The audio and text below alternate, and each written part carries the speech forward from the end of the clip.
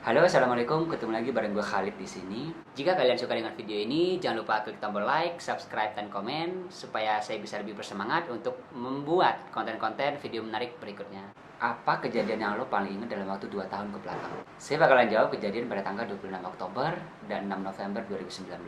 Kalian tahu kenapa? Karena pada tanggal tersebut akhirnya saya bisa maju ke meja operasi untuk operasi timpanoplasti. Buat kalian yang belum paham, timpanoplasti adalah operasi level menengah yang dilakukan oleh dokter bedah THT untuk memperbaiki genang telinga yang rusak. Singkatnya, timpanoplasti itu adalah operasi cangkok genang telinga.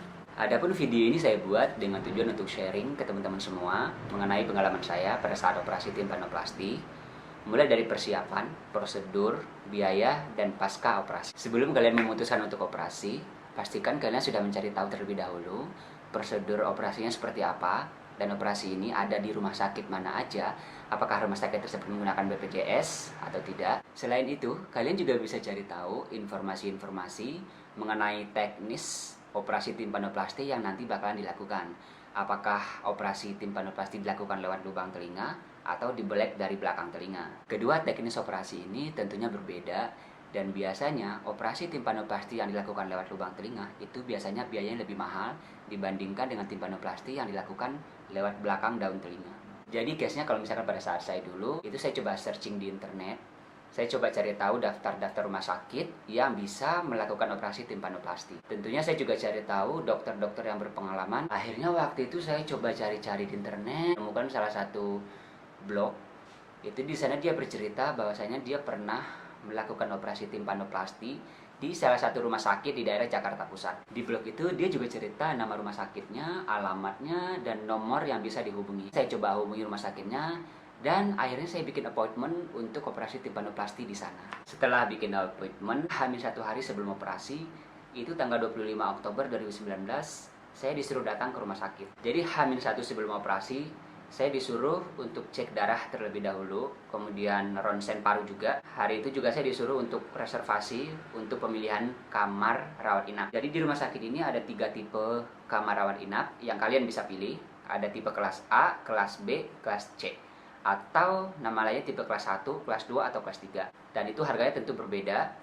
Dan pada saat itu saya memilih kelas 3. 6 orang satu ruangan, kelas 2 itu 2 orang satu ruangan, dan kelas 1 itu 1 orang satu ruangan. Selesai reservasi ruang rawat inap, kemudian ronsen, kemudian cek darah, akhirnya saya disuruh istirahat karena jadwal operasinya baru besok jam 10 pagi. Jadi sekitar 6 jam sebelum operasi, itu sekitar jam 3 dini hari, saya disuruh untuk berpuasa terlebih dahulu. Dan pada saat itu jam 3 dini hari saya cuma dikasih infus. Oh iya, review sedikit mengenai ruangan kamar inapnya.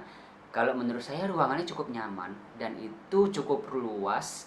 Satu kamar itu ada 6 ranjang, ada kamar mandi di dalam dan juga dilengkapi dengan fasilitas air conditioner atau AC. Dan itu setiap hari dibersihkan sama perawat. Cukup nyaman karena pada saat itu saya pilih yang kelas 3 dan itu nggak ada pasien sama sekali. Jadi saya satu kamar 6 ranjang hanya diisi 1 orang. Keesokan harinya sekitar jam 7 pagi itu saya disuruh menghadap dokter umum untuk rekam jantung. Selain itu, saya juga ditanya apakah saya ada alergi terhadap jenis-jenis obat tertentu. Dan saya juga ditanya mengenai aktivitas yang saya lakukan dalam waktu sebulan terakhir. Hari ini sebenarnya perlu dilakukan untuk meyakinkan tim dokter bahwasanya kondisi badan saya itu siap dan kuat untuk dilakukan operasi timpanoplasti. Sekitar jam 9.30 pagi, itu saya disuruh ganti baju dan siap-siap karena jam 10-nya itu saya harus operasi. Sebelum masuk ruang operasi itu sebenarnya saya agak takut sih sebenarnya. Dak dik dik gimana gitu. Saya udah sejak lama sebenarnya pengen banget operasi timpanoplasti, cuman selalu saya undur karena saya masih belum siap, terutama untuk mental, karena sebenarnya saya secara visual saya takut sama darah sebenarnya. Oleh karena itu saya selalu tunda. Itu bahkan dari 2-3 tahun ke belakang itu selalu saya tunda. Dan baru tahun ini, di tahun 2019, akhirnya saya bisa maju ke meja operasi dengan kekuatan, dengan tekad yang udah benar-benar kuat, dengan benar-benar bulat, dan uang juga waktu itu saya udah coba nabung selama 1 tahun ke belakang. Akhirnya hari itu sekitar jam 10 pagi saya dioperasi, dan baru selesai itu sekitar 1 atau 2 jam kemudian. Itu saya masuk jam 10 pagi, itu saya keluar ruangan itu sekitar jam setengah 12 pagi. Jadi sekitar 1 jam 30 menit proses operasinya. Akhirnya sekitar jam setengah 12, Itu saya digiring keluar kamar operasi. Itu kondisinya telinga saya sebelah kiri itu ditutup pakai perban putih, dan waktu itu saya setengah sadar sebenarnya. Dan pada saat itu nggak banyak sih aktivitas yang saya bisa lakukan. Saya cuma rebahan, digiring, dibawa balik ke kamar seperti itu. Kemudian saya disuruh istirahat.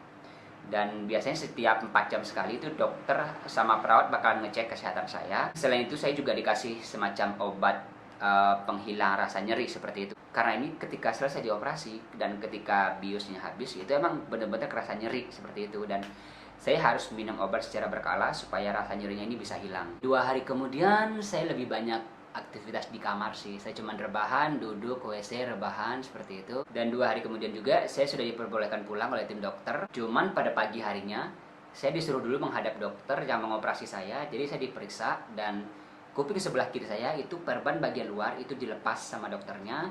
Dan setelah itu saya baru boleh pulang. Adapun total biaya yang harus saya bayar untuk 3 hari saya dirawat inap di rumah sakit tersebut adalah sebesar 31.458.000. Ini biaya untuk yang kelas 3. Kalau misalkan kelas 1 atau kelas 2 itu biayanya lebih besar. Kalau tidak salah untuk kelas 1 itu biayanya sekitar 50 jutaan lebih, dan kelas 2 itu sekitar 40 jutaan. Dan di sini saya bakalan kasih lihat secara terang-terangan ke kalian semua, dan kalian bisa lihat sendiri. Ini adalah biaya yang saya bayarkan hanya untuk 1 kali operasi timpanoplasti untuk telinga sebelah kiri. Di situ ada beberapa kolom, ada kolom batasan polis, biaya yang diajukan dari pihak rumah sakit, kemudian biaya yang disetujui oleh pihak asuransi, dan biaya yang tidak disetujui. Rinciannya yang pertama itu adalah kamar dan makan per hari itu sekitar 400.000. Kemudian biaya obat-obatan, lab, dan tes itu sekitar 3.383.000. Kemudian ada kunjungan dokter per hari itu sekitar 432.000. Kemudian ada konsultasi dokter per hari itu juga 432.000. Kemudian ada pembedahan level menengah itu dengan total biaya sekitar 26.811.000. Jadi kalau misalkan di total semua biaya pengeluaran ini totalnya sekitar 31.458.000 rupiah. Dan biaya yang disetujui oleh pihak asuransi dari perusahaan saya itu sekitar 22.765.000. Dan biaya ekses yang harus saya bayar itu sekitar 8.693.000. Sebagai informasi tambahan, rumah sakit tempat saya operasi ini tidak bekerja sama dengan BPJS.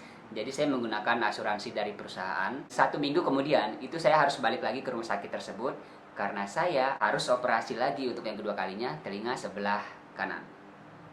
Di sini case-nya saya operasi tidak hanya sekali, jadi 2 kali. Pertama itu sebelah kiri, dan kemudian 1 minggu kemudian itu baru sebelah kanan. Dokternya bilang kalau misalkan dioperasi pada waktu yang bersamaan itu dikhawatirkan kondisi badan saya tidak mendukung sehingga bisa menyebabkan badan saya di drop. Tanggal 26 Oktober 2019 itu operasi yang pertama telinga sebelah kiri, dan tanggal 6 November 2019 itu sekitar 1 minggu kemudian itu operasi yang kedua untuk telinga sebelah kanan. Untuk prosedurnya sendiri kurang lebih sama seperti prosedur pada saat operasi yang pertama sebelah kiri.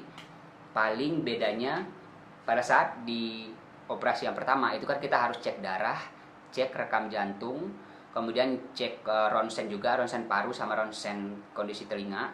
Dan di operasi yang kedua ini kita nggak perlu karena kita masih menggunakan data yang sama pada saat kita operasi yang pertama. Adapun untuk total biaya yang harus saya bayar untuk operasi yang kedua ini itu sebesar 29.188.000 dengan rincian kamar dan makan per hari itu sekitar 400.000. Kemudian ada biaya obat-obatan, lab, dan tes juga sekitar 8.136.000. Kemudian ada kunjungan dokter per hari itu sekitar 432.000. Kemudian ada konsultasi dokter per hari itu sekitar 192.000. Itu ada pembedahan menengah, itu total biaya sekitar 20.027.000. Jadi kalau misalkan di total lagi semuanya itu sekitar 29.188.000. Dan biaya yang disetujui oleh pihak asuransi itu sekitar 27.485.000, dan biaya yang harus saya bayar sendiri sekitar 1.700.000. Cuman case-nya untuk operasi yang kedua ini, di sini saya menemukan ada sesuatu yang aneh, di mana kalau misalkan kita lihat di operasi yang pertama, itu untuk biaya obat-obatan, lab, dan tes itu hanya sekitar 3.300.000. Sementara di sini teman-teman bisa lihat di operasi yang kedua itu total biaya obat-obatan, lab, dan tes itu sekitar 8.136.000. Ternyata data ini ada kesalahan dan itu emang diakui oleh pihak asuransinya. Dan itu saya disuruh bayar lagi menyusul kemudian itu sekitar 7 juta. Jadi bukan 1,7 juta yang harus saya bayarkan, tapi secara total itu saya bayar sekitar 8.600.000 atau 8.700.000, sama seperti case pada operasi yang pertama. Akhirnya setelah operasi yang kedua, saya diperbolehkan pulang, dan sebelum pulang saya diberikan beberapa tips perawatan untuk pasca operasi. Yang pertama itu hindari air, jadi telinga kanan dan telinga kiri saya itu nggak boleh sama sekali kemasukan air. Jadi ketika mandi itu saya lebih sering menggunakan kapas seperti itu ditutup, sehingga mencegah supaya air nggak masuk. Yang kedua itu saya nggak boleh bersin terlalu kencang. Jadi kalau misalkan bersin, saya harus benar-benar tahan seperti itu. Kalau misalkan kita bersin itu biasanya akan memberikan tekanan ke telinga kiri dan telinga kanan. Dan ini tuh bisa memberikan semacam dorongan dari bagian dalam telinga keluar, sehingga yang tadinya udah dioperasi, yang udah dicangkok itu bisa lepas lagi seperti itu. Kemudian yang ketiga, saya juga dilarang untuk makan makanan yang pedas, karena biasanya ketika kita makan makanan yang pedas itu bakalan memicu produksi lendir lebih banyak. Jadi kita bakalan sering keluar ingusnya seperti itu, dan itu sebaiknya dihindari supaya tidak mengganggu proses penyembuhan cangkokan yang sudah dilakukan. Berikutnya yang nggak boleh dilakukan adalah minum minuman yang dingin. Jadi sebisa mungkin tahan dulu untuk sementara, jangan dulu minum minuman yang berasa, yang dingin, yang itu bisa memicu kita jadi flu seperti itu, dan kita menyebabkan kita Ini adalah gambar hasil audiometri sebelum dilakukan timpanoplasti. Teman-teman bisa lihat pada grafik, garis vertikal yang sebelah kiri itu adalah desibel, dan garis yang horizontal di sebelah atas itu adalah hertz atau frekuensi. Pada grafik kita bisa lihat ada 4 bentuk, itu ada tanda kecil, ada tanda besar, ada lingkaran, dan juga ada tanda silang. Lingkaran dan tanda silang itu adalah hasil audiometri yang menggunakan headphone. Jadi suara itu dikeluarkan lewat liang telinga atau lewat daun telinga. Sementara yang tandanya kurang atau besar itu adalah suara yang ditempelkan lewat tulang di bagian belakang telinga seperti itu. Jadi ada 2 metode yang digunakan pada saat audiometri. Jadi menggunakan headphone itu lewat daun telinga, dan menggunakan alat yang ditempel di tulang di bagian belakang telinga seperti itu. Jika telinga kita bermasalah, biasanya suara yang bisa diserap lewat daun telinga itu bakalan terasa lebih kecil dibandingkan suara yang bisa diserap lewat tulang di bagian belakang telinga. Dari grafik ini kita bisa lihat bahwa rata-rata serapan suara yang bisa didengar oleh telinga saya itu di kisaran 40 hingga 60 desibel. Sementara kalau misalnya kita lihat hasil audiometri setelah operasi timpanoplasti, rata-rata berada di kisaran 20 hingga 30 desibel. Artinya apa? Artinya ada perkembangan ke arah lebih baik mengenai pendengaran yang saya alami. Di mana tadinya di kisaran 40 hingga 50, sekarang udah berangsur membaik menjadi 20 hingga 30 desibel. Sementara yang saya tahu untuk ambang batas pendengaran normal manusia itu ada di kisaran 0 hingga 20 desibel. Selain hasil audiometri, saya juga mendokumentasikan kondisi real telinga saya sebelum operasi dan setelah operasi. Ini adalah kondisi telinga saya yang gendang telinganya robek, sebelah kiri dan sebelah kanan. Untuk telinga kiri dan telinga kanan hampir 50% robekan terjadi pada gendang telinga saya. Dan hal ini tentunya sangat beresiko karena bisa menyebabkan banyak banget kuman ataupun bakteri yang bisa masuk dari luar seperti itu, dan itu bisa menyebabkan infeksi berlanjut hingga bertahun-tahun kemudian. Jika dibandingkan dengan hasil setelah operasi, itu teman-teman bisa lihat bahwasanya yang tadinya ada robekan sekitar 50% lebih di gendang telinga saya itu sudah menutup sempurna. Dan dokter yang mengoperasi saya juga bilang bahwasanya cangkokannya bagus dan tidak ada tumbuh jamur di sekitar cangkokan, alhamdulillah. Dan diharapkan kedepannya sekitar 3 atau 4 bulan lagi itu bakalan berkembang menjadi lebih baik. Ya, sebentar, Prof. Iya. Dah. Video. Yes.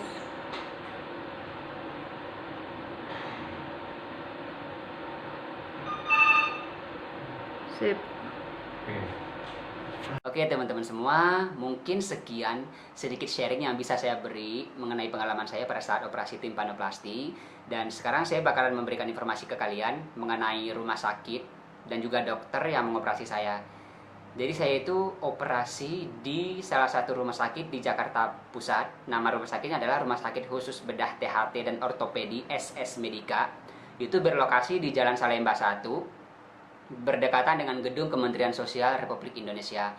Buat kalian yang pengen ke sana, itu rumah sakitnya berdekatan dengan stasiun Cikini, jadi lebih aman kalau misalkan menggunakan kereta seperti itu. Menurut saya menjadi keunggulan dari rumah sakit ini adalah rumah sakit ini udah khusus bedah THT, jadi udah emang langsung spesialis dokter-dokter khusus spesialis THT dan ortopedi saja yang bekerja di rumah sakit ini. Bahkan dokter yang mengoperasi saya itu adalah gurunya para dokter THT yang ada di Indonesia.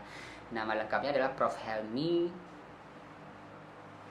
Oke, bentar, saya punya kartu namanya. Oke, buat kalian yang tertarik mungkin untuk operasi di tempat yang sama juga, kalian bisa hubungi di nomor ini 0877 77 740 048. Saya ulangi, 0877 77 740 048. Namanya adalah Profesor Dr. Helmy, spesialis THT. Rumah sakit khusus bedah SS Medica Minimal Invasive Surgical Center. Kemudian saya juga mau sedikit nge-review mengenai kondisi rumah sakitnya. Jadi rumah sakit ini tuh terletak di dalam gang seperti itu. Rumah sakitnya nggak besar dan nggak kecil juga. Itu ada 2 lantai. Lantai pertama itu untuk ruangan resepsionis, untuk bagian pendaftaran, kemudian pembayaran, kemudian ada juga ruangan operasi di lantai 1. Kemudian di lantai 2 itu dipenuhi oleh ruang rawat inap. Ada yang kelas 1, kelas 2, sama kelas 3. Di sini yang saya lihat bagusnya adalah ketika kita masuk dari pintu utama, itu kita langsung dihadapkan dengan meja resepsionis. Jadi enak seperti itu. Kita langsung bisa daftar, kita langsung bisa bikin appointment untuk pertemuan dengan dokter. Jadi kita nggak membuang waktu banyak gitu. Kemudian ruangannya juga full AC, bersih, ada sofa juga buat istirahat. Kalau misalkan kita nunggu itu kan biasanya kalau di rumah-rumah sakit swasta itu kan disediakan kursi plastik ya. Nah, dan di sini itu disediakan benar-benar sofa empuk banget, dan itu bikin nyaman untuk duduk. Dan biasanya dokternya itu on time banget, mulai kalau misalnya kita appointment jam 9, itu benar-benar jam 9 langsung mulai konsultasi dengan dokter yang bersangkutan. Oke teman-teman semua, mungkin sekian sharing mengenai pengalaman saya operasi timpanoplasti. Semoga video saya ini ditonton atau sampai ke sasaran yang saya pengen, yaitu orang-orang yang memiliki penyakit yang sama dengan saya alami. Semoga kalian bisa segera berbenah diri, mempersiapkan keinginan dan tekad yang kuat untuk bisa maju ke meja operasi. Dan saya doakan semoga kalian lancar operasinya dan semoga kalian bisa sembuh kembali. Kalian juga bisa mendengar menjadi lebih baik. Jika kalian suka dengan video ini, jangan lupa klik tombol like, comment, and subscribe. Dan kalau misalkan ada di antara kalian yang mau tanya-tanya juga, kalian bisa komen di bawah. Nanti insya Allah saya bakalan jawabin satu-satu pertanyaan kalian. Semoga apa yang kalian tanyakan bisa saya jawab dengan baik dan benar. Sekian dari saya. Assalamualaikum warahmatullahi wabarakatuh.